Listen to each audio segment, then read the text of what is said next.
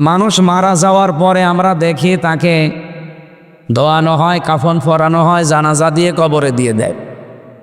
আমরা যারা হজ করি, সত্যি কথা বলছি, আমরা কিন্তু নিজেরা নিজেকে মেরে ফেলি। মেরে ফেলার পরে ওই সময় নিজেই কাফন পরি, ওটা কিন্তু কাফনের কাপড়। এরপরে নিজেকে মেরে ফেলি, আল্লাহকে বলি যে আমি তো মরেই গেছি, বাকি যে হায়াতটা আমার আছে এটা আমার বোনাস হায়াত।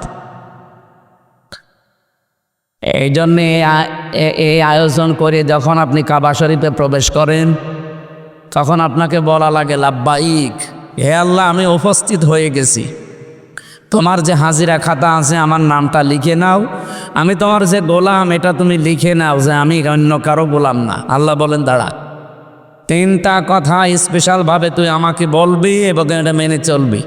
ইন্নাল হামদা, তুই বল যে যত প্রশংসা এখন থেকে আমি করব সব তোমার জন্যে। এই জন্যে ইন্নার আগে ইন্না শব্দটা দেওয়ার পরে হাম দিয়েছেন। হাম দিলেও হয়ে যেত, না দিয়ে আবার আলিফলাম লাগিয়েছে। আলিফলাম 4 প্রকার হয়, এখানে যেটা আছে এটা আলিফলামে ইস্তেগরাকি। গরকন শব্দের শাব্দিক অর্থ হচ্ছে ডুবন্ত। তার মানে আমি আল্লাহকে বোঝাতে চাচ্ছি গ্যারান্টি দিয়ে, হে আল্লাহ আমি কিন্তু একেবারেই খুব দৃঢ়ভাবে বলছি যত প্রশংসা এখন থেকে আমি করতে পারি সব তোমার জন্য করব। আমার কথার অর্থ বুঝতেছে? এর চাইতে আর কিছু থাকে না। ইন্নাল হামদা এ কথা বলার পরে দুনিয়ায় আর কিচ্ছু থাকে না। 2 নম্বরে বলা হয় আর নেমাতা লাকা, শুধুমাত্র তোমার প্রশংসা না, তুমি আমাকে যে নিয়ামত দিয়েছ সব নিয়ামত আজকে থেকে তোমার জন্য ব্যয় হবে। আমি যে সুস্থ আছি এটা তোমার নিয়ামত। এটা কি? বিজ্ঞান এখন এই মাথার উপরে গবেষণা চালিয়েছে, এর ভেতরে 70,000 এই যে রগ তার যাই বলেন এগুলো দেওয়া আছে। সামনে ফ্রন্টাল লব পাবেন, এরপরে প্যারাইটাল লব, অক্সিপিটাল লব, মোটর কর্টেক্স, সেন্সরি কর্টেক্স, লব। আপনি এখানে কম্পিউটার ভিড়ান, শুধু মানুষের চামড়াটা আমি ফেলে দেব, দেখেন কত রগ কত তার বের হয়।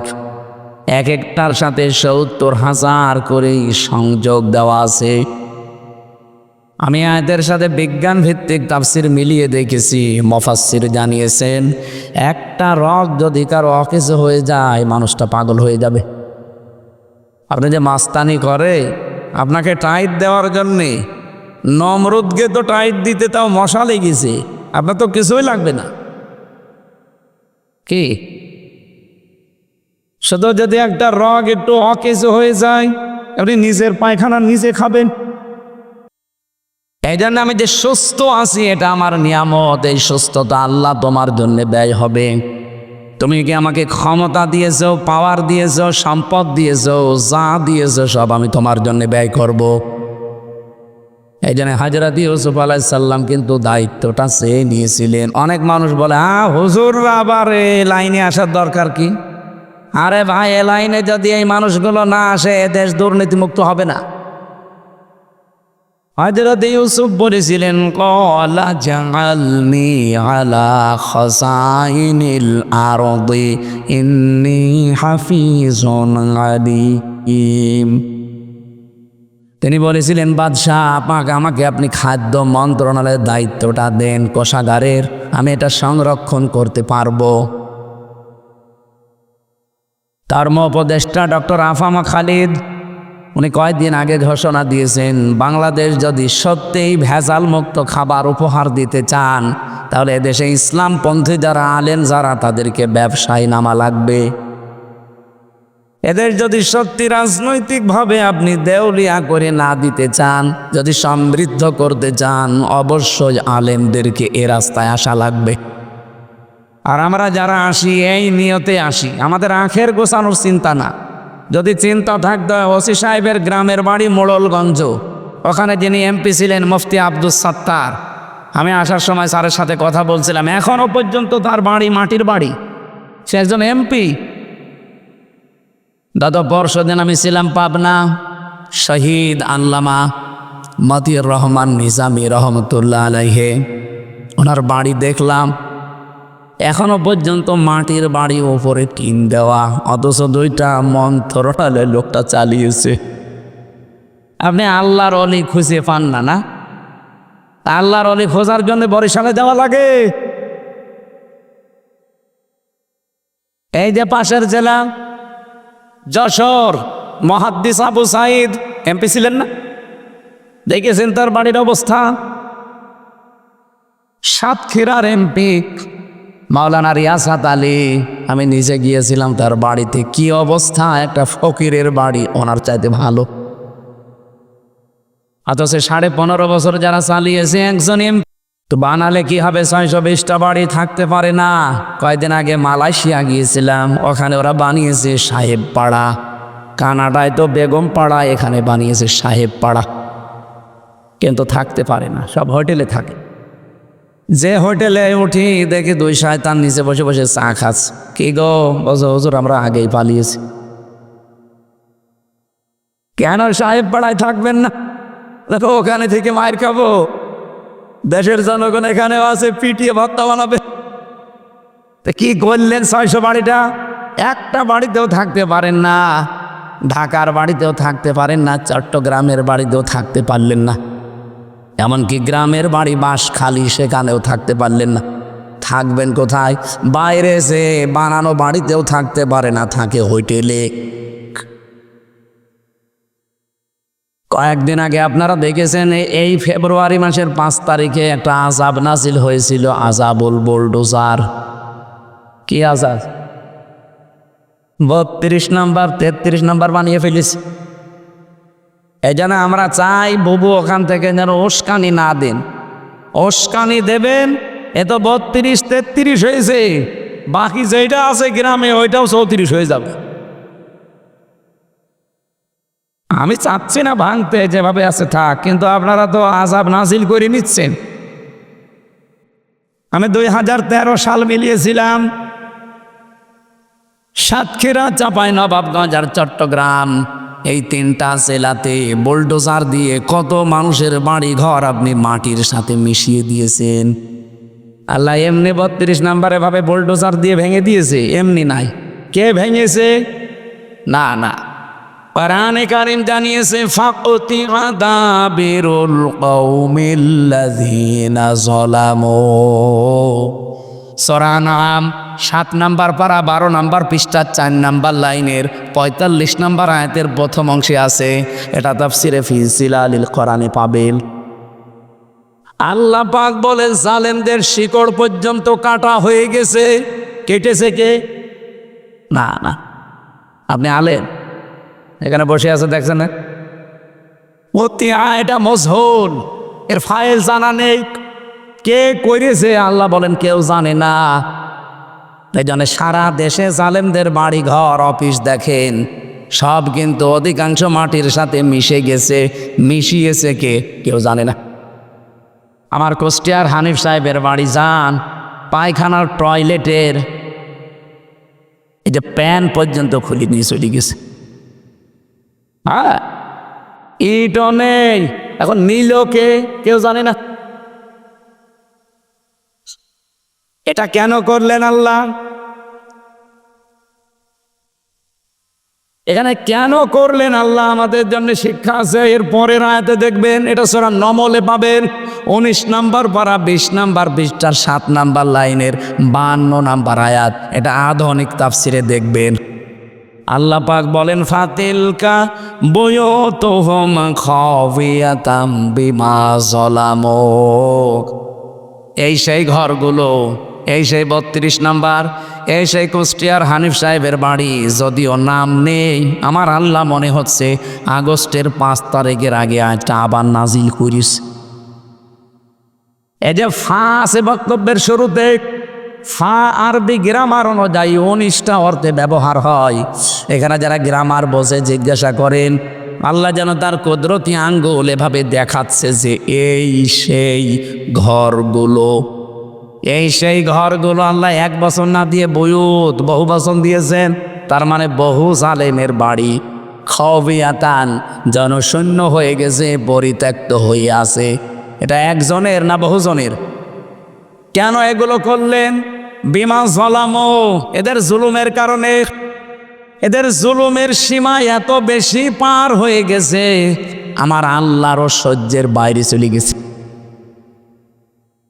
দুনিয়ায় যদি কিছু না হয়, শুধু ব্যারিস্টার আরমানকে যে কষ্টটা দিয়েছে এইটার জন্য আল্লাহর আরশ পর্যন্ত কেঁপে গেছে।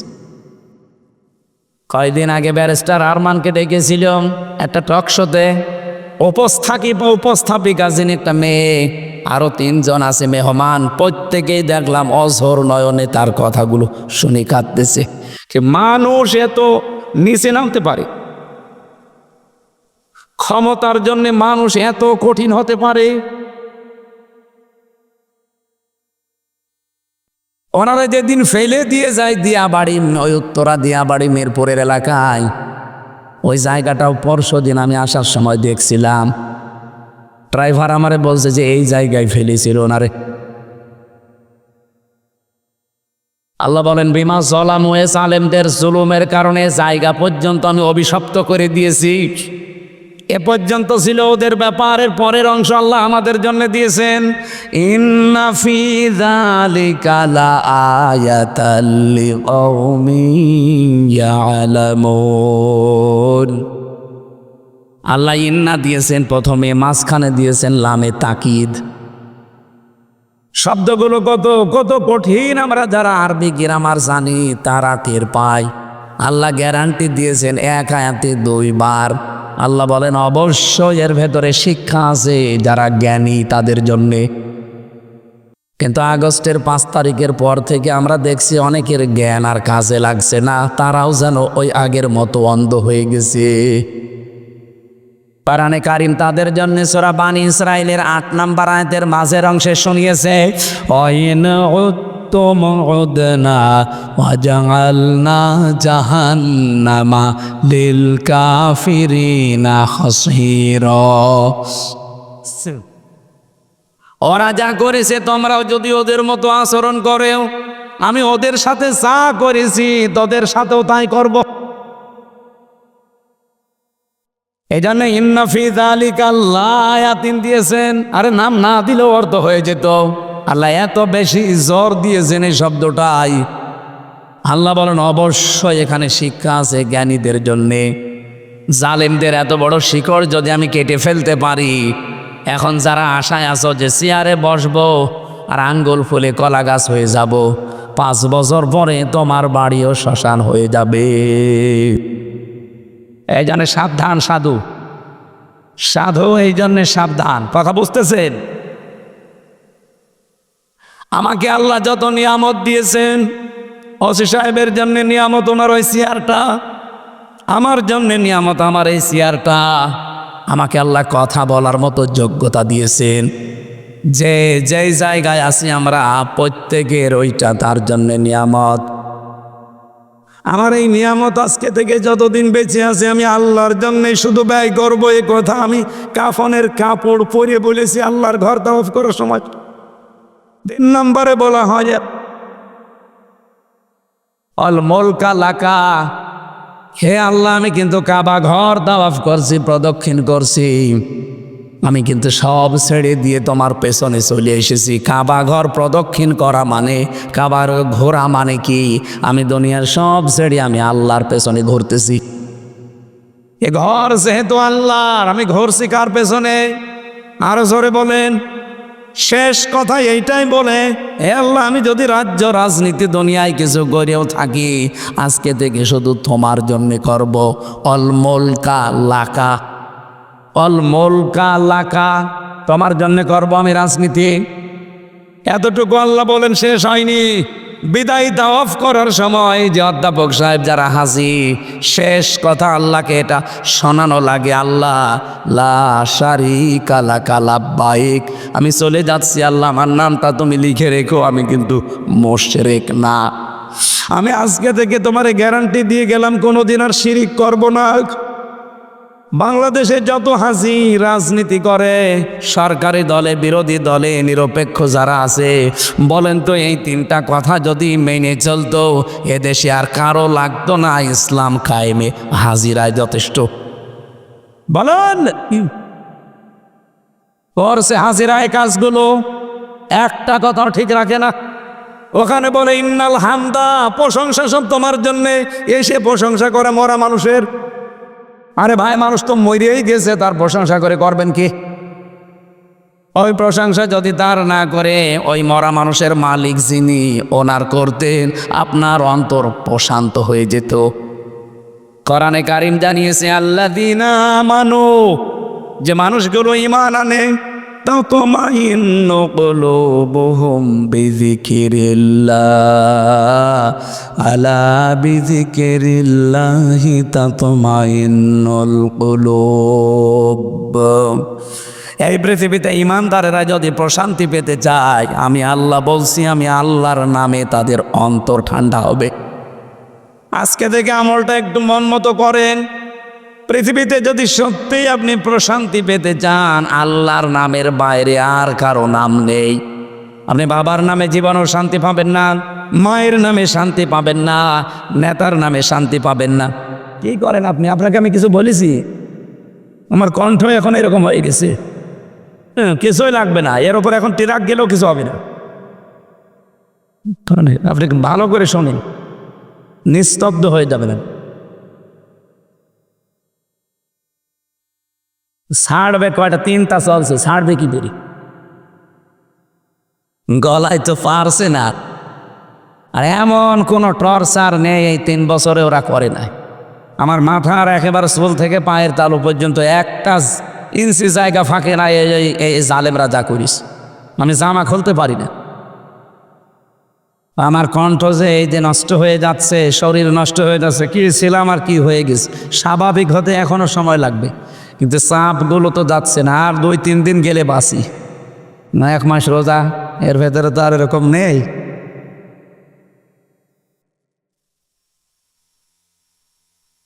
ঝিনাইদহবাসী, আমরা যদি সত্যি আয়াত থেকে কিছু নিতে পারতাম, বাংলাদেশে বহু বেদাত বন্ধ হয়ে যেত, বহু শিরিক বন্ধ হয়ে যেত। কত মানুষ আল্লাহর নামের পরিবর্তে ডাকে শালি বাবা, কেল্লা বাবা, ফতে বাবা, ন্যাংটা বাবা, খাজা বাবা, ডাকে না? বলেন বলেন। এখানে অনেক আলেম আছে। পৃথিবীতে 3টা অপরাধের শাস্তি আল্লাহ ডবল ঘোষণা দিয়েছেন। পৃথিবীর অন্য কোনো অপরাধের শাস্তি ডবল হবে না, কিন্তু এই 3টা অপরাধ যারা জড়িত থাকবে তাদের শাস্তি হবে ডবল।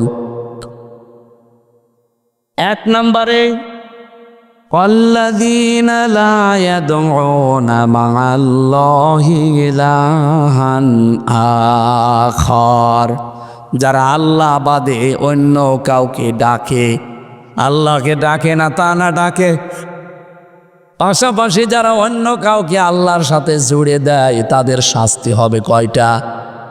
2টা। বলেন বলেন। আল্লাহ আমাদের হেফাজত করুন আজকে থেকে আল্লাহ বাদে দনে আর কারো নামে জিকির, কারো নামে ডাকাডাকি। বলেন বলেন। আমাদের খুলনা বিভাগ তো অন্তত এখনো আছে ভালো, এগুলো বেশি চলে চট্টগ্রাম আর সিলেটে। কি জিকির আল্লাহর নামে করে, উল্টা পাল্টা সব বানানো। আর আল্লাহর অলি যত সব ওই এলাকায়, ঘরে ঘরে ওরা অলি। মহিলারাও নাকি পীর, পীর মা। এই জন্য আমি আজকের সভাপতি আলহাজ সিরাজুল ইসলাম, ওনাকে দিয়ে যে কথাগুলো বললাম, সারা প্রেতা আতাল্লাহু আমরাহু ওয়া বারাকাল্লাহু ফি হায়াতি, বলেন আমিন। আলোচনা রেখেছেন এখানে মাওলানা হাবিবুর রহমান, প্রভাষক আব্দুর রউফ ডিগ্রি কলেজ, ডাক বাংলা, ঝিনাইদহ। আলোচনা রাখলেন আপনাদের এখানে সাবেক উপজেলা চেয়ারম্যান কোটচাঁদপুর ঝিনাইদহ, বিশিষ্ট ইসলামী চিন্তাবিদ মাওলানা তাজুল ইসলাম। শ্রদ্ধাভাজন বড় ভাই দামাত বারকাতুহুমুল আলিয়া, বলেন আমিন। আলোচনা রেখেছেন অধ্যাপক আব্দুর রাজ্জাক, সাবেক চেয়ারম্যান আলমগীর ইউনিয়ন পরিষদ। মাওলানা শরীফুর রহমান খান, সাবেক চেয়ারম্যান। সম্মানিত সঞ্চালক মাওলানা আমিরুল ইসলাম, খতিব তালসার জামে মসজিদ। আয়োজনে যারা আছেন, বিশেষ করে ওয়াদা ফাউন্ডেশনের জন্য দোয়া করছি। সার্বিক তত্ত্বাবধানে আছেন আলহাজ মিজানুর রহমান। সামনে বসা মুসলমান ভাইরা, পর্দার আড়ালের সম্মানিতা মা এবং বোনেরা, প্রশাসনের ভাইরা, বিশেষ করে আমাদের থানার ওসি অফিসার ইনচার্জ এসেছে আজকে, স্যারের হায়াতে তাজ্জেবা সিহাতে কল্লিয়া কামনা করছি, আমিন। বাংলাদেশের প্রশাসনের ওপরে এখনো পর্যন্ত মানুষের খারাপ ধারণা যায়নি, এটা আস্তে আস্তে কাটা দরকার। 15.5 বছর ওনারা লাঠিয়াল বাহিনী হিসাবে ব্যবহার হয়েছিল অনেকেই, এই তাদের কারণে পুরা বিভাগটা এখন কালার হয়ে আছে জাতির কাছে। ওনাদের যে ডিউটি আমি তো নিজে দেখেছি, এই 8 ঘন্টা 10 ঘন্টা না, 24 ঘন্টার 24 ঘন্টায় ডিউটি। নবীজি জানিয়েছেন 2টা চোখ আল্লাহ জাহান্নামে দেবে না, একটা যারা রাতের বেলা আল্লাহর ভয়ে কান্নাকাটি করে, 2 নম্বরে যারা জনগণকে পাহারা দেওয়ার জন্য রাত জেগে থাকে। ওনাদের ভেতরে যেহেতু দ্বিতীয়টা আছে, ওনাদের পুরা দায়িত্ব যেন আল্লাহ এবাদত হিসাবে মঞ্জুর করেন। প্রশাসনে যারা আছেন, সে বিডিআর হোক, আর্মি হোক, পুলিশ হোক, যারা প্রশাসনে আছেন, এ চাকরিটা শুধু চাকরি না, এটা একটা এবাদত, আর এটা সর্বোত্তম এবাদত। কি কথা বলেন না কেন? কুনতুম খায়রা উম্মাতিন উখরিজাত লিন-নাস, আল্লাহ বলেন আমি তোমাদেরকে উত্তম জাতি বানিয়েছে। তোমাদের উত্তম হওয়ার কারণ কি? তোমরা মানুষের উপকার করবে। মানুষের উপকার সবচাইতে বেশি করার জায়গা প্রশাসন থেকে, কারণ ওদের জান মাল ইজ্জত আবরু হেফাজতের দায়িত্ব সরকার দিয়ে দেয়। আল্লাহ রাব্বুল আলামিন এই বাহিনীর আরো বলেন আগের যে অবস্থা ছিল ওই অবস্থায় যেন ফিরে যায়, এবং যারা দায়িত্বে আছেন আগামীতে আমার মনে হয় প্রশাসনে, বিশেষ করে পুলিশ প্রশাসনে যারা আছে, তাদের বিভাগটা আলাদা করে দেওয়া দরকার। ওদের আইজির কথা মতো চলবে তারা, কোনো নেতা খেতার কথা মতো চলতে গেলে আবার অফিসার শুরু হবে। এরা আমরা চাই সামনে যারা দায়িত্বে আসবে ওরা যেন আলাদা করে দেয় ওদের। ওরা যদি সঠিকভাবে কাজ করতে পারে, হাত পা খুলে দিয়ে, এদেশে আবার শান্ত হয়ে যাবে ইনশাআল্লাহ। এই জন্য প্রশাসনের আজকে যারা এসেছেন এই করসদপুর থানা এবং আশপাশের বিভিন্ন ক্যাম্প থেকে, আল্লাহ রাব্বুল আলামিন আপনাদের দায়িত্বটাও যেন আজকে পুরাটা ইবাদত হিসাবে কবুল করেন। পর্দার আড়ালে যারা বসে আছেন সম্মানিত মা এবং বোনেরা, প্রাণপ্রিয় ঝিনাইদহবাসী, এলাকায় আমার ভাইয়ের বাড়ি এই পাশে 2-3 কিলো দূরে, জগদীশপুর, খালিদ সাইফুল্লাহ, সবাইকে নিয়ে আমি আল্লাহর দরবারে শুকরিয়া জানাই, যিনি আমাদেরকে কোরআন শোনার একটা মন দিয়েছেন। 3টা জায়গায় যদি সময় ব্যয় হয়, সম্পদ ব্যয় হয়, কিয়ামতে আল্লাহ যখন জবাব নেবেন তখন এই 3টা জিনিস বাইরে রাখবেন। 1 নম্বরে যাদের সময় এবং সম্পদ কোরআনের পেছনে ব্যয় হবে, এই সম্পদের হিসাব কিয়ামতে দেওয়া লাগবে না, বাড়ি যেয়ে কালকে বলবে। যারা পরিবারস্থ লোকদের জন্য সম্পদ আর সময় খরচ করেন, ওই সময় আর সম্পদের হিসাব আল্লাহর কাছে দেওয়া লাগবে না। 3 নম্বরে যারা জিহাদের ময়দানে কাজ করে, নিজে যদি যেতে না পারেন, যারা করে তাদের পেছনে খরচ করলে ওই সময় ওর ওই টাকার হিসাব আল্লাহর কাছে দেওয়া লাগবে না। আর বাংলাদেশে এখন সামনে সবচাইতে বড় জিহাদ কোরআনের কারিমের এই 6666টা আয়াত এই দেশের 56,000 বর্গ মাইলের উপরে প্রতিষ্ঠিত করা। এটার জন্য যারা কাজ করছে, আপনি যদি নিজে করতে না পারেন, যারা করছে তাদের পেছনে সময় দেবেন, সম্পদ দেবেন। এক কথা বলেন না কেন? ওটা সবচাইতে বড় জিহাদ হবে এখন সামনে। কারণ 300 জন এমপির ভেতরে মাত্র 151 জন যদি আমরা পাঠাতে পারি, যারা কোরআন বুকে নিয়ে যেতে পারবে, নামাজের ওয়াজে দেশে আর করা লাগবে না, রোজার ওয়াজ করা লাগবে না, জাকাতের ওয়াজ করা লাগবে না, কারণ এগুলো সব প্রতিষ্ঠা করা লাগে রাষ্ট্রীয় কায়দায়। আপনি পুরা কোরআন শরীফের ভেতরে নামাজ পড়ার কথা মাত্র 1 জায়গায় পাবেন। কয় জায়গায়? ফাসাল্লি লিরাব্বিকা, হে নবী আপনি নামাজ পড়েন আপনার রবের জন্যে। কার জন্যে? এই 1 জায়গায় আছে পুরা কোরআনে। কিন্তু নামাজ দাঁড় করান, নামাজ কায়েম করান, নামাজ প্রতিষ্ঠা করান, এই কথা আছে কোরআনে 82 জায়গায়। কত জায়গায় বলেন তো? 1 বেশি না 82 বেশি? কত বেশি বলেন? নিজে নামাজ পড়বেন মাত্র 1 বার পেয়েছি আমি, আর নামাজকে দাঁড় করানো লাগবে এটা 82 বার। এই জন্যে, কারণ একা একা এটা সম্ভব না, অন্তত 82 জন মানুষ তো লাগবেই। আর রাষ্ট্রে আমরা 18 কোটি মানুষ বাস করছি। এই 18 কোটির ভেতরে মাত্র 300 জন, এর ভেতরে মাত্র 151 জন। এরা যদি বলে মাননীয় স্পিকার আমরা নামাজের বিল চাই, দেখবেন তার পরের দিন এই বিধানটা বাংলাদেশে কায়েম হয়ে গেছে। আপনার আর ওয়াজ করা লাগবে না, ভাই সরিমদ্দি চলো নামাজ পড়তে যায় না, ও নামাজ পড়তে বাধ্য হবে, ওর বাপ পর্যন্ত পড়বে। নামাজের বিলটা কায়েম যদি হয়, আপনি হয়তো একটা ভোট দিয়েছিলেন যাকে, সেই লোকটা যদি সংসদে যে এই বিলটা কায়েমের পক্ষে কথা বলে, 18 কোটি মানুষ নামাজ পড়বে, আপনি একটা ভোট দেওয়ার কারণে 18 কোটি মানুষের নামাজের সওয়াব পাবেন। এইটা অনেকে বুঝে ফেলেছে, এই জন্য বলে হুজুর এটা রাজনীতি। এটা রাজনীতি হয় কি করে? এই কথাটা রাজনীতি হয় কি করে? আমি এক ওয়াক্ত নামাজ পড়ে 18 কোটি মানুষের নামাজের সওয়াব পাবো, এটা রাজনীতি হয় কি করে? এটা তো সাদগায়ে জারিয়া। বলুন, আমাদের দেশে আমরা গোনায়ে জারিয়া বুঝি না, অনেকে সাদগায়ে জারিয়াও বুঝি না। আমি একটা সিনেমা তৈরি করলাম, এর ভেতরে অশ্লীল দৃশ্য যা থাকবে, যত মানুষ দুনিয়ায় দেখবে, এরপরে আবার কপি হবে, আবার দেখবে, এরপরে আবার কপি হবে, আবার দেখবে। এটা যদি কিয়ামত পর্যন্ত চলতে থাকে, আপনি কিয়ামত পর্যন্ত কবরে গোনায়ে জারিয়া পেতেই থাকবেন। এগুলো সব ফ্ল্যাক্সি লোড হয়ে আর বিকাশ হয়ে যাবে। এখন যদি বলেন হুজুর আমার বিকাশ নাম্বার খোলা নেই, এমনি খুলি যাও। ও পাসপোর্ট সাইজের ছবিও লাগবে না, ও ভোটার আইডি কার্ডও লাগবে না, এমনি বিকাশ খুলে যাবে, আর খালি বসে বসে পাবেন। ওই সিনেমায় যত কিছু হয়েছে, যত মানুষের চরিত্র ধ্বংস হয়েছে, মানুষের পরিবার নষ্ট হয়েছে, আপনি কবরে বসে বসে কিয়ামত পর্যন্ত এই গোনায়ে জারিয়া পেতেই থাকবেন। এটাকে আমি বানালাম? বলেন বলেন।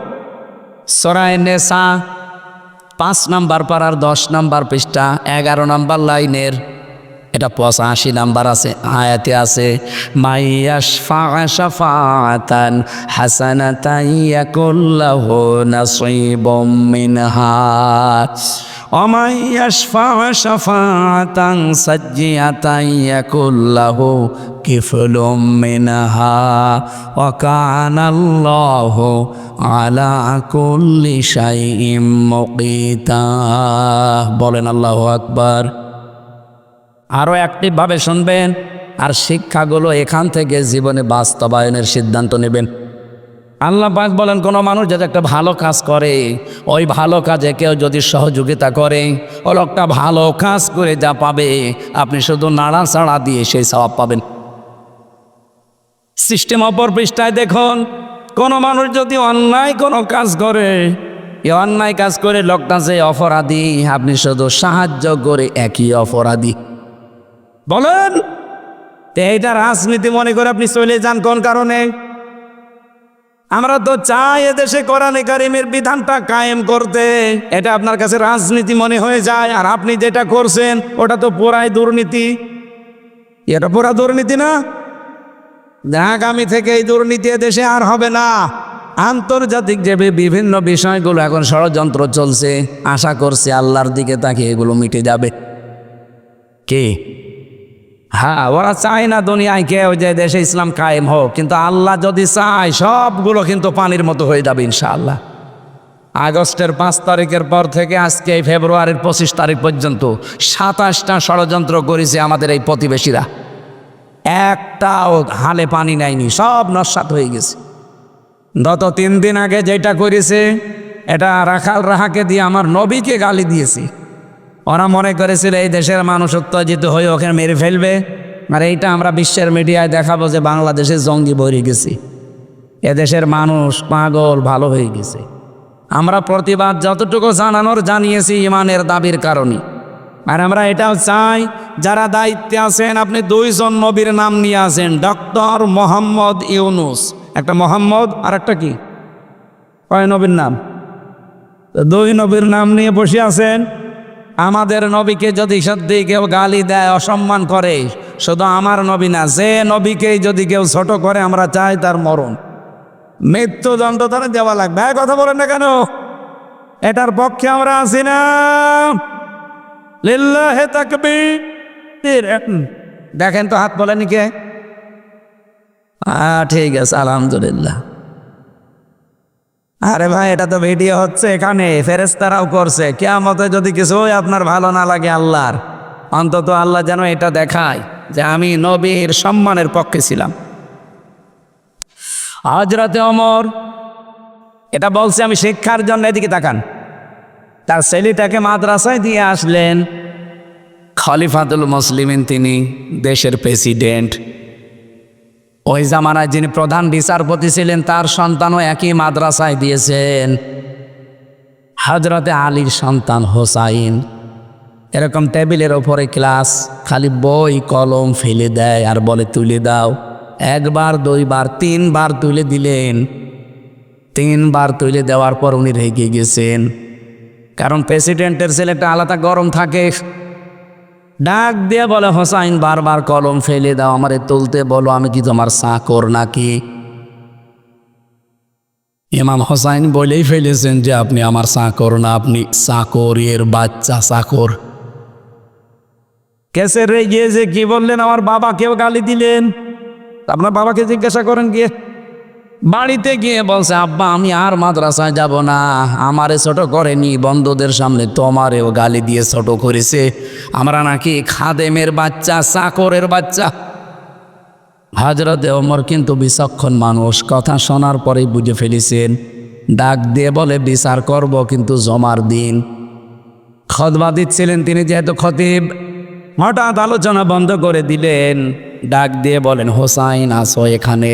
বলে, হ্যাঁ। এদিকে আসো। তুমি আমার ছেলেকে ভরা মজলিসে ক্লাসে গালি দিয়েছো চাকরের বাচ্চা চাকর বলে, গোলামের বাচ্চা গোলাম বলে। বলে, হ্যাঁ দিয়েছি। কেন দিলে? ইমাম হোসাইন ডাক দিয়ে বলে, খলিফা বুকে হাত দিয়ে বলেন তো, আপনি কি আমার নানার খাদেম ছিলেন না? হযরত ওমরের কথা বন্ধ হয়ে গেছে।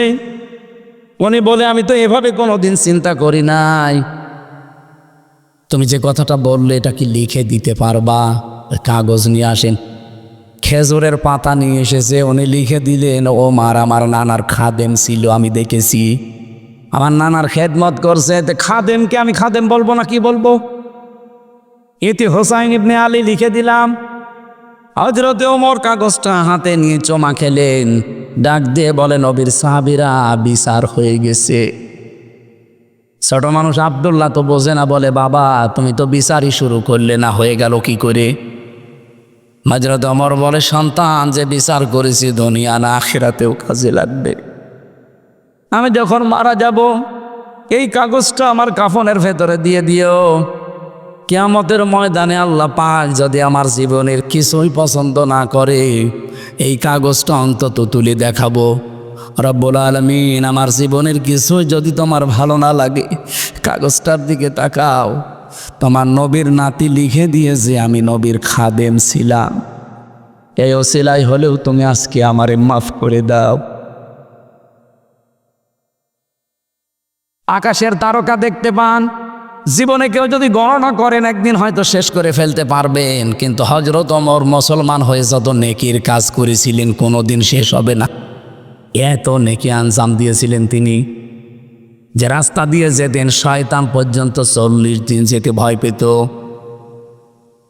এত মর্যাদা যেই মানুষটার, হযরত ওমরের একক সিদ্ধান্তের ওপরে কোরআনের 13টা আয়াত আমার আল্লাহ তার মন মতো করে নাজিল করেছেন, অন্য কারণ আমি এত আয়াত নাজিল হয়নি।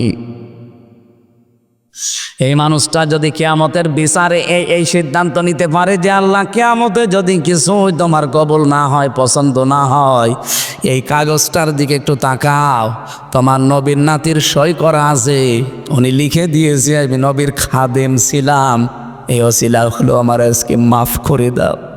তো আমাদের জীবনে তো এরকম একটা কিছু থাকা লাগবে। কি দেখাবেন আপনি?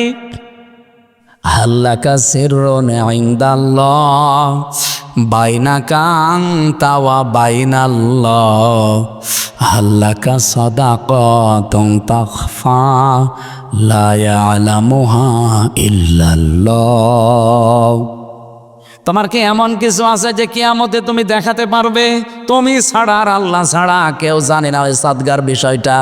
এমন কোনো গোপন দান তোমার আছে? এই জন্য দুনিয়াতে এমন কিছু গোপনে করা দরকার, এমন কিছুর পক্ষে থাকা দরকার যেই জায়গায় আমার আল্লাহ নিজেও দুর্বল হয়ে যায়। এই জন্য আমি হাত তোলালাম। যে লোকটা গালি দিয়েছে রাসূলুল্লাহকে, ও যদি আমার বাবাকে গালি দিত ওরে আমি আরো পুরস্কার দিতাম বে। বিশেষ করে আমার দাদারে যদি গালি দিত আমি আরো টাকা দিতাম, কারণ আমার দাদা আওয়ামী লীগ। না, গালি দিক, কিন্তু আপনি রাসূলকে গালি দেবেন কেন? তামাম দুনিয়া আমরা রাসূলের কাছে ঋণী। কথা বলে না কেন? উনি যা দিয়ে গেছে তামাম দুনিয়ার মানুষ আমরা তার কাছে ঋণী। আর আপনি গালি দেন মানবতার এই মহান বন্ধুকে, আপনি তো মানবতার শত্রু। এই কথা বলেন না কেন? আর মানবতার শত্রু আপনি। এই জন্য আমরা আহ্বান জানাই ডক্টর মোহাম্মদ ইউনূসের কাছে, যারা এই দেশে এরকম কিছু করবে আইন পাশ করে দেন, আমরা সরাসরি তার ফাঁসি চাই। আগামীতে কোনো শয়তান যেন আর সাহস না পায়। আর আমরা হাত তুললাম এ কারণে, কিয়ামতের দিন এই ভিডিওটা যেন আমাদেরকে আল্লাহ দেখায় যে যা রসুলের পক্ষে যে যা করেছে তাকে আল্লাহ কিছু দিয়েছে। নবীর আপন চাচা আবু লাহাব ও তো জাহান্নামে যাবে, কিন্তু এই দুইটা আঙ্গুল দিয়ে নবীজির জন্মের কথা শুনে খুশি হয়ে তার নিজের কাজের মেয়েকে বলেছিল যা তোর আমি মুক্ত করে দিলাম। আল্লাহর নবীর জন্য এতটুকু করে সে কিন্তু লস করেনি, আল্লাহ ওইটাই কবুল করে নিয়েছে, যদিও সে কাফের। কি কথা বুঝতেছেন? শেখ সাদী রহমতুল্লাহ আলাইহে জীবনে বহু কিছু লিখেছে, কিন্তু 3 লাইন লেখার পরে তার আর কিছু মনে ছিল না। পালাগাল ওলাবি কামালিহি কাশাফাদ্দু জাবি জামালিহি হাসনাতে জামিউ খিসালিহি। এরপরে তার কলম থেমে গেছে। তাহাজ্জুদের নামাজ আদায় করে যায় নামাজে ঘুমিয়ে পড়েছে। গভীর রজনীতে নবীজি এসে বলে সাদী কি চিন্তা করো? হযরত শেখ সাদী বলে হে রাসূল, জীবনে বহু কিছু লিখেছি, কোনোদিন আমার কলম থেমে যায়নি। আজকে আপনার নামে আমি একটা কবিতা লিখতে গেলাম, 3 নাম্বার লাইনের পরে আমার আর মনে আসে না। বিশ্ব নবী বলেন সাদী কলম হাতে নাও, আমি যেই লাইন চতুর্থটা বলছি ওটা লিখে নাও। সাল্লু আলাইহি ওয়া আলিহি।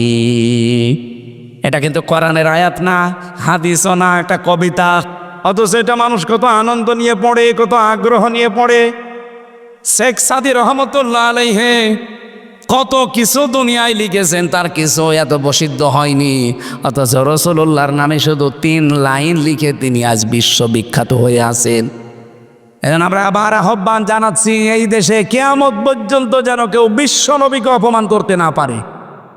আপনার গালি দেওয়ার দরকার হলে আমার বাবারে গালি দেন, আমার দাদারে গালি দেন, এ কথা বলে না কেন? উনি সুপারিশ করা ছাড়া, ওনার সিগনেচার ছাড়া কেউ জান্নাত যেতে পারবে না। আপনি যত বড় ইমানদার হন আর যত বড় ক্ষমতাদার হন, মরে যাবেন। নবীজি বলেন যদি হ্যাঁ আমি লিখে দিলাম এটা জান্নাতি, আপনি পাবেন। উনি যদি বলেন না আমার সিগনেচার নেই, আপনি যত বড় পীরের মুরিদ হন আপনি জাহান্নামে। কথা বলেন। আশা করছি আমি ইঙ্গিত দিলে আপনি বুঝে ফেলেছেন। আজকে থেকে দল মত এই জায়গায় অন্তত আর দেখবেন না যে না ওটা জামাত ইসলামের নবী, আমার না। আপনাকে কি কবরে রাখার সময় ওই কথা বলা হয়, তখন তো ঠিকই বলি বিসমিল্লাহি ওয়া আলা মিল্লাতি রাসূলিল্লাহ বলা হয়। জামাত ইসলামের লোক মরে গেলে যেই দোয়া, আপনিও মরে গেলে ওই দোয়া, শুধু রাসূলুল্লাহর ক্ষেত্রে কোনো পার্থক্য? এই জন্য আমরা এই জায়গায় যেন এক থাকি। আল্লাহ এবং রাসূল এই 2 জায়গায় কোনো ঝামেলা করা যাবে? আপনি জমি জায়গা নিয়ে বউ নিয়ে মারামারি করেন, অসুবিধা নেই, এই জায়গায় কোনো ঝামেলা চলবে না। আমরা কোরআনে কারিম থেকে যে নির্ধারিত আয়াতের উপরে তাফসীর করব বলে বলে বসেছি, যতগুলো আয়াত পড়েছি এতগুলো সম্ভব নামে একটা শব্দের উপরে কথা বলবো, যেটা নিয়ে বাংলাদেশ, ভারত আর পাকিস্তানে বেশি ভেজাল। আমি বিশ্বের যতগুলো দেশে গেছি, যেহেতু আকিস গ্রুপে আমি চাকরি করি, তাদের খতিব, এই হিসাবে তারা আমারে একটা ভিসা লাগিয়ে দিলে 27টা দেশ ঘোরা যায়। বহু দেশে নিয়ে গেছে আমারে। ওনাদের 175টার উপরে দেশে ব্যবসা চলে, সেখানে 8-10 হাজার 15-20 হাজার মানুষ কাজ করে। সেখানে নিয়ে যায় মালিক, আমারে নিজে নিয়ে যায়, যে ওই 8-10 হাজার মানুষের মাঝে কথা বলায়। ওনাদের একটা লাভ আছে, একটা মাইকে বলা ঠিক হবে না, কারণ ওই মানুষগুলোর ভেতরে যদি আল্লাহর ভয় ঢোকে তাহলে তারা কাজে ফাঁকি দেবে না। আমার কুষ্টিয়ার বিআরবি কেবল একজন আছে মজনু সাহেব, প্রতি বছরে 100-র উপরে মানুষকে হজ করায়। আমি একদিন একজনকে জিজ্ঞাসা করলাম এনার উদ্দেশ্য কি, বলছে 2টা। 1 নম্বরে হজ যদি করে ওই হাজী সাহেব যে দায়িত্বে থাকবে অন্তত চুরি করা তার দ্বারা একটু কঠিন হবে। টাকা 1-1.5 লাখ 2 লাখ 5 লাখ খরচ হোক, কিন্তু ওর দ্বারা যে 30-40 বছর একটা কাজ করে নিলাম, সেখানে অন্তত দুর্নীতি হবে না, চুরি হবে না, এই গ্যারান্টি মজনু সাহেব মনে করে। এই কারণে 100 জন 150 জন 200 জন হজ করায়, টাকা খরচ হোক, সওয়াবও হচ্ছে, কাজও হয়ে যাচ্ছে। তা আকিস গ্রুপেরও ওইটাই না, আমাকে ভালোবাসে তারা।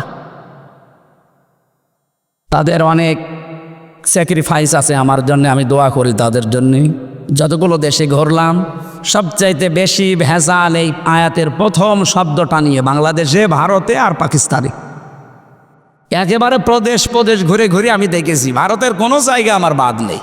সব প্রদেশে ঘুরে ঘুরে দেখে দেখলাম এইটা নিয়ে ঝামেলা। বাংলাদেশের কোনো জেলা থানা তো আমার আর বাকি নেই, সব জায়গায় যেয়ে দেখলাম এইটা নিয়ে ভাগা। পাকিস্তানে যত জায়গায় সব ভেজাল এইটা নিয়ে। আজ এই ভেজাল নিরসন করা দরকার। প্রত্যেক জমার দিন সারা পৃথিবীর যত মসজিদ, আমি যেখানেই নামাজ পড়েছি জমার নামাজ, দেখেছি ইমাম সাহেব এই আয়াতটা শেষে পড়ে, ফাদিকুরুনি আযকুরকুম আশকুরুলি ওয়ালা তাকফুরুন। চারটা বিষয় আল্লাহ আমাদেরকে প্রতি জমার দিন ইমাম সাহেবের মাধ্যমে স্মরণ করায় যে আমাকে স্মরণ করো, আমি স্মরণ করব। আমার শুকরিয়া আদায় করো, নাফরমানি করবা না। কয়টা কথা? আরও জোরে। এক নম্বরে আমাকে স্মরণ করো, আমিও স্মরণ করব। আমার নিয়ামতের শুকরিয়া আদায় করো, নাফরমানি করবা না। হয়ে গেছে না বলা? বুঝেছেন? কারা হাত তোলেন তো? হ্যাঁ, ঠিক আছে, তাহলে মোনাজাত করি দি। মানে আপনি যখন বলছেন যে আমি বুঝতে পেরেছি, আমি কি করব? আমি পড়া কোরআন শরীফ যতটুকুই বুঝেছি, যেহেতু আমার অনার্স মাস্টার্স এইটার উপরে সারাটা জীবনই প্রায় চলছে, এর উপরে আমার সেই 5 পাস করার পর থেকে এর উপরে আমি এইটা নিয়ে যতটুকু বুঝলাম নাড়াচাড়া করে প্রায় 42টার উপরে আমি বিশ্ববিদ্যালয়ে থাকাকালীন মিলিয়েছিলাম তাফসিরগুলো। সব মুফাসসির আয়াতের ব্যাপারে 5টা অর্থ নিয়ে এসেছেন। প্রথম শব্দ ফা, প্রথম অক্ষর কি? এর বাংলা অর্থ অতঃপর। উযকুরনি, আমাকে স্মরণ করো, মানে আমার জিকির করো। আযকুরকুম, আমি আল্লাহ তোমাদের জিকির করব। আমি 2010 সালে যখন প্রথম গ্রেপ্তার হয়ে জেলে গেলাম, ওই সময় যে ওসি সাহেব আমার নিয়ে গিয়েছিল, ওনার গোপালগঞ্জে বাড়ি, টঙ্গী পাড়ায়, আল্লাহর ওলি। উনি আমারে বলছে, হুজুর আমি আপনারা ছেড়ে দিচ্ছি, কিন্তু একটা দায়িত্ব পালন করবেন।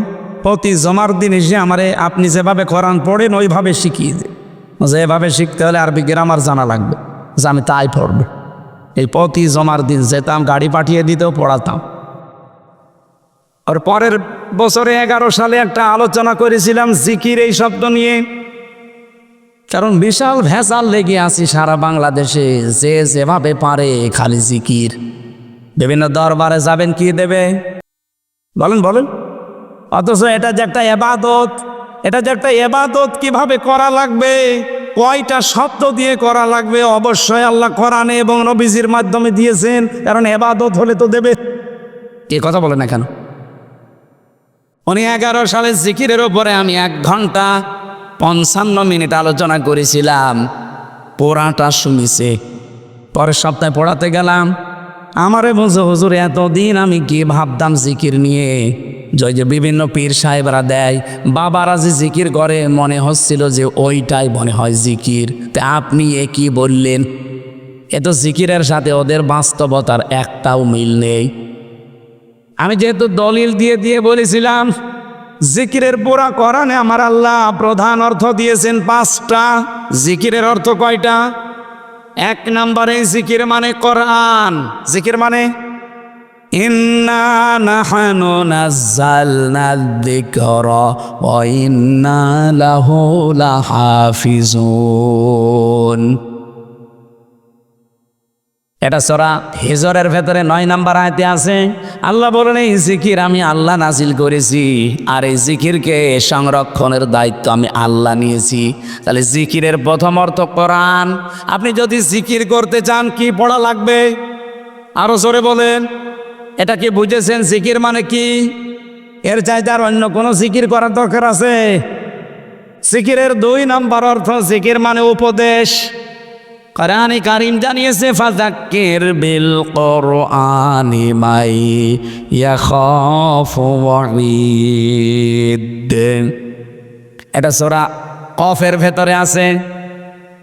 এটা 26 নম্বর পারা, 19 নম্বর পৃষ্ঠার 13 নম্বর লাইনের 50 নম্বর আয়াত। কোরআনে কারীমের 45 নম্বর সূরা। এটা রাব্বুল আলামিন বলেন ফাযাক্কির, হে নবী আপনি উপদেশ দেন বিল কোরআনি, যাকে উপদেশ দেবেন আপনার পুরা উপদেশ হবে কোরআন কেন্দ্রিক।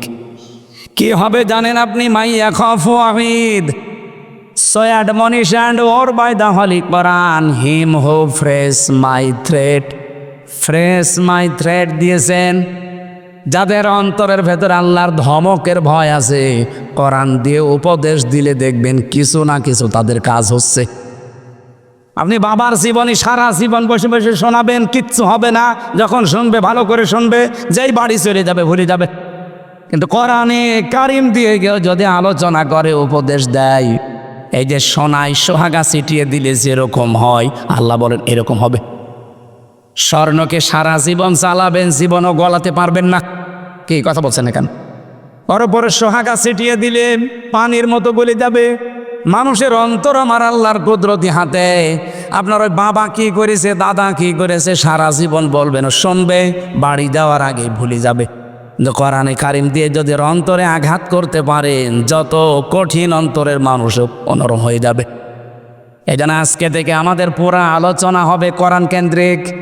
কারো উপদেশ শুনতে চাইলে কিসের উপদেশ শুনবেন? আরো জোরে বলেন।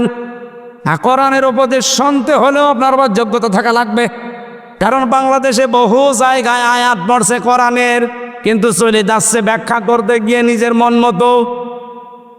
এই যে আমার তাহেরি ভাই যেটা করে বলেন তো, তাফসির মাহফিলে, ওয়াজ মাহফিলে আজিমুস শান বিশাল কিছু লিখে উনি আয়াতও পড়ে। কয়দিন আগে আমি ব্রাহ্মণবাড়িয়া ছিলাম পাশে, ওনার থেকে মনে হয় খুব বেশি হলো 8 কিলোমিটার দূরের। উনি আলোচনা করছে কুল হু আল্লাহু আহাদ, হে নবী আপনি বলেন আল্লাহ এক। ঠিক আছে না? ঠিক আছে না মানে এ পর্যন্ত ঠিক আছে না? হে নবী আপনি বলেন আল্লাহ, বলেন, আরো জোরে বলেন। এ পর্যন্ত শুনলাম। এরপরেই দেখি এবার চলে গেছে অন্টো লাইনে, বলে এই নবী কোন নবী? এটা ফাতেমার বাবা। এ ফাতেমা কোন ফাতেমা? এ হোসাইনের মা। এ হোসাইন কোন হোসাইন? এতক্ষণ যিনি কথা বলছিলেন না, ইমাম হোসাইন। আপনারা চেনেন ইমাম হোসাইনকে, ওনাকে কারবালায় শহীদ করা হয়েছিল। আপনাদেরকে আমি এখন হোসাইনের জীবনী শোনাবো মাত্র 2 ঘন্টা। আয়াত পড়েছে কি আর তাফসির হচ্ছে কি। এই জন্য আপনাকে কোরআন শুনতে হলেও আপনার কিছু যোগ্যতা থাকা লাগবে। না তো মনে করবেন সবাই তো কোরআনের কথাই বলছে, অথচ আয়াত পড়লো কি, আরে যাচ্ছে কোথায়? কথা বলেন না কেন? এরকম ওয়াজ বাংলাদেশে নেই। এই জন্য আলোচনা হবে পুরাটা কি কেন্দ্রিক। সে আয়াত দেওয়া আয়াতের যত তথ্য উপাত্ত যত কিছু আছে, টাই নক্ষত্র বের করে আপনাকে বোঝানো লাগবে। আলেমদের শহর, যারা বাংলাদেশের বিভিন্ন জায়গা থেকে জেলায় আসবেন, বলবেন কোরআন শরীফ হাতে নেন, এক একটা শব্দের 8টা 10টা 15 20টা অর্থ বের করেন, তাফসিরের নাম বলে বলে আমাদেরকে শোনান। ওই বাবার কিচ্ছা কাহিনী শোনার জন্য আমরা রাজ্যে বসে নেই। বলতে পারবেন না, তাহলে কোনো ভণ্ড এ জেলা আসতে পারবে না। জিকিরের প্রথম অর্থ কোরআন, দ্বিতীয় অর্থ উপদেশ, 3 নম্বরে জিকিরের অর্থ হচ্ছে সালাত বা নামাজ। জমার দিন আল্লাহ একটা ডাকও দিয়েছেন, ইযা নুদিয়া লিস-সালাতি মিন ইয়াউমিল জুমআতি ফাসআউ ইলা যিকিরিল্লাহ। রব্বুল আলামিন এটা সূরা জুমার ভেতরে দিয়েছেন, যখন নামাজের আজান দেওয়া হয় সব কাজ কাম বাদ দিয়ে আল্লাহর জিকিরে দৌড়াও। এখানে জিকির মানে নামাজ। জিকির মানে, আরো জোরে বলেন। জিকিরের 4 নম্বর অর্থ, জিকির মানে আল্লাহর আইন। এটা সূরা তাহার 124 নম্বর আয়াতে পাবেন, অমান আ'রাদা আন যিকরি ফাইন্না লাহু মাঈশাতান দঙ্কা ওয়া নাহশুরুহু ইয়াউমাল কিয়ামাতি আ'মা। যে ব্যক্তি আল্লাহর আইন থেকে, আল্লাহর বিধান থেকে মুখ ফিরিয়ে নেয়, এখানে জিকির মানে আল্লাহর আইন। আল্লাহ বলেন তার জীবন আমি সংকীর্ণ করে দেই, ওর আয় উন্নতিতে কোনো বরকত থাকে না। চর্ম চোখে দেখতে মনে হবে আমার সম্পদের পাহাড় তৈরি হচ্ছে, আসবে একদিক থেকে, চলে যাবে 5 দিক থেকে। এই জন্য আল্লাহর আইন বাদ দিয়ে, আল্লাহর বিধান বাদ দিয়ে সম্পদ আদি কামাই করতেছেন না, ওটা আপনি ধরে রাখতে পারবেন না। কত মানুষ এখানে আছে, বোনের জমি, ভাইয়ের জমি, চাচার জমি, ফুফুর জমি ফাঁকি দিয়ে জাল দলিল করে নিজের নামে লিখে নেয়। আর ওই মামলা তখন এনাদের কাছে যায়, তখন ওনারা হায় হতাশ করে যে হচ্ছে কি। তখন উনি যেটা অপরাধী তারে ধরে ছেলে নিয়ে গেলে গালি দেয় ওনারে, ও ওসি ভালো না, তো ওসি তো ভালো না, তা আপনি ভালো, আপনি তো বাবার সম্পত্তি আপনার যে ভাইকে না দিয়ে জাল দলিল করে লিখে নিলেন। কত হাজি আছে হজে যাওয়ার আগে নিজের জমি জায়গাগুলো সব ছেলের নামে দিয়ে দেয়, আর মেয়েকে বলে মা তোর জন্য দোয়া করে দিলাম। এটা একটা টাটকা নির্ভেজাল শয়তান। ওর হজ কবুল হওয়া দূরের কথা, জিদ্দার বিমানবন্দরও আসবে না। তুই দোয়া তো করবি ওর নামে, ওকে ফাঁকি দিলি কেন? আগে ওর জমি ফেরত দে। এক কথা বলেন না কেন? আপনি কি ফাঁকি দিয়েছেন? না, অনেক হাসি এরকম করে। তো আমার সাথে 16 সালে যারা ছিল অধিকাংশ গুলোই ছেলের নামে সব লিখে দেয়, আর বলছে মার জন্যে আমি আসার সময় মেয়ের জন্য দোয়া করার কথা বলেছি, এই জন্য দোয়া করছি। আপনার জীবনেও দোয়া কবুল হবে না, আগে ওর শরিক ফেরত দেন। কারণ যারা শরিক ফাঁকি দেন, নিজের বোনকে, নিজের ভাইকে, চাচাকে, ফুফুকে, আল্লাহর কসম 2টা ক্ষতি হবেই হবে আপনার। 1 নম্বরে যখন শরিক ফাঁকি দিয়েছেন, ওই দিন থেকে যতদিন এবাদত করবেন কোনো এবাদত আপনার মাথার ওপরে উঠবে না। 2 নম্বরে এই যে শরিক ফাঁকি দিয়ে যেগুলো তৈরি করে গেলেন, যে সম্পদ অবৈধ, এই সম্পদ আপনাকে আল্লাহ ভোগ করতে দেবে না। এগুলো ভোগ করার আগে আপনি পটল তুলবেন, মরে যাবেন। ওই সম্পদগুলো তখন আপনার স্ত্রী, আপনার ছেলে মেয়ে আরও অবৈধ কাজে ব্যয় করবে, সব ফিলাক্সি লড হয়ে আপনার কবরে যাবে। এইরকম পাগলামি কেউ করবেন? এখানে যারা শরীর ফাঁকি দিয়েছেন হাত তোলেন তো। এই এলাকায় এত শান্ত, ওসি থাকা দরকার কি? বাড়ি চলে যাক, এই এলাকা তো একেবারে শান্ত হয়ে আছে আলহামদুলিল্লাহ। ওখানে জমি দিলেও ভিটা জমি দিতে চায় না, ভিটা জমির দাম বেশি না। এখানে আর একটা মাসলা, হ্যাঁ স্যার যখন বলেছে মাসলাটা, এই যে যারা বনকে, বিশেষ করে বনকে ভেটার জমি দিতে চান না, বলেন মাঠের তা দিয়ে শেষ না, আপনি জায়েজ হবে না। কোরআন বলছে আপনার 1 ছেলে যা পাবে 2 মেয়ে তাই পাবে। আপনি মাঠেরটা হোক, দোকানেরটা হোক, আর ভেটারটা হোক, যেখানে হোক সব। এমনকি সাহাবা একরাম গ্লাস পর্যন্ত, খাবার খাওয়ার গ্লাস পর্যন্ত ভাগ করে দিয়ে দিতেন। 2টা থাকলে, 3টা থাকলে 1টা দিতেন বোনকে, 2টা রাখতেন নিজে। তারা যদি গ্লাস দিতে পারে, আপনি জমি দিতে পারবেন না? ভেটার মানে যার কারণে নামাজ পড়েন, তার কারণেই জমি জায়গাও ভাগ করা লাগবে আপনাকে। আল্লাহর বিধান বাদ দিয়ে আপনার জিকির হচ্ছে না। এদিকে তাকান। 5 নম্বরে জিকিরের অর্থ হচ্ছে স্মরণ করা। আজকের আয়াতে যে শব্দে আছে ফাজকুরুনি, আমাকে স্মরণ করো। বলেন তো জিকিরের যে 5টা অর্থ কোরআন দিয়ে বললাম, একটাও কি হু হু আছে? কোথায় পেয়েছেন ওগুলো? আলী বাবা, শাহ আলী বাবা, কেল্লা বাবা। সুতরাং আজকে থেকে এই ভণ্ডামি জিকির আর বাংলাদেশে, বিশেষ করে আমাদের খুলনা বিভাগে চলবে না। কথা বলেন না কেন? আমার বিভাগে যদি ঠিক করতে না পারি, আমি চট্টগ্রামে গেলে বলবে আপনার ঠিক করেন আগে। যেন আমি সারা বাংলাদেশের ঘর সেই বেড়াবো আর আমার ঘরেরই খেয়াল নেই, সমস্যা হবে। আপনার আগে ঠিক হন। আশা করছি এই ভণ্ডামিগুলো বাংলাদেশ থেকে বের হবে। জিকিরের অর্থ এবার হাদিস দিয়ে পেয়েছি আমি 99টা। কয়টা? আপনারা মনে হয় বিরক্ত হয়ে যাচ্ছেন।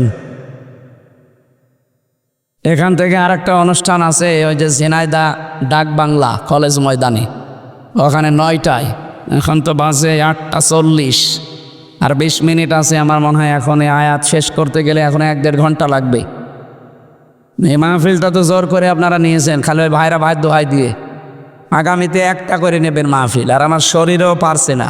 ওখানে যেও যদি এখন 1 ঘন্টা 10 মিনিট হয়ে গেল, ওখানে যেও যদি 1 ঘন্টা বলা লাগে।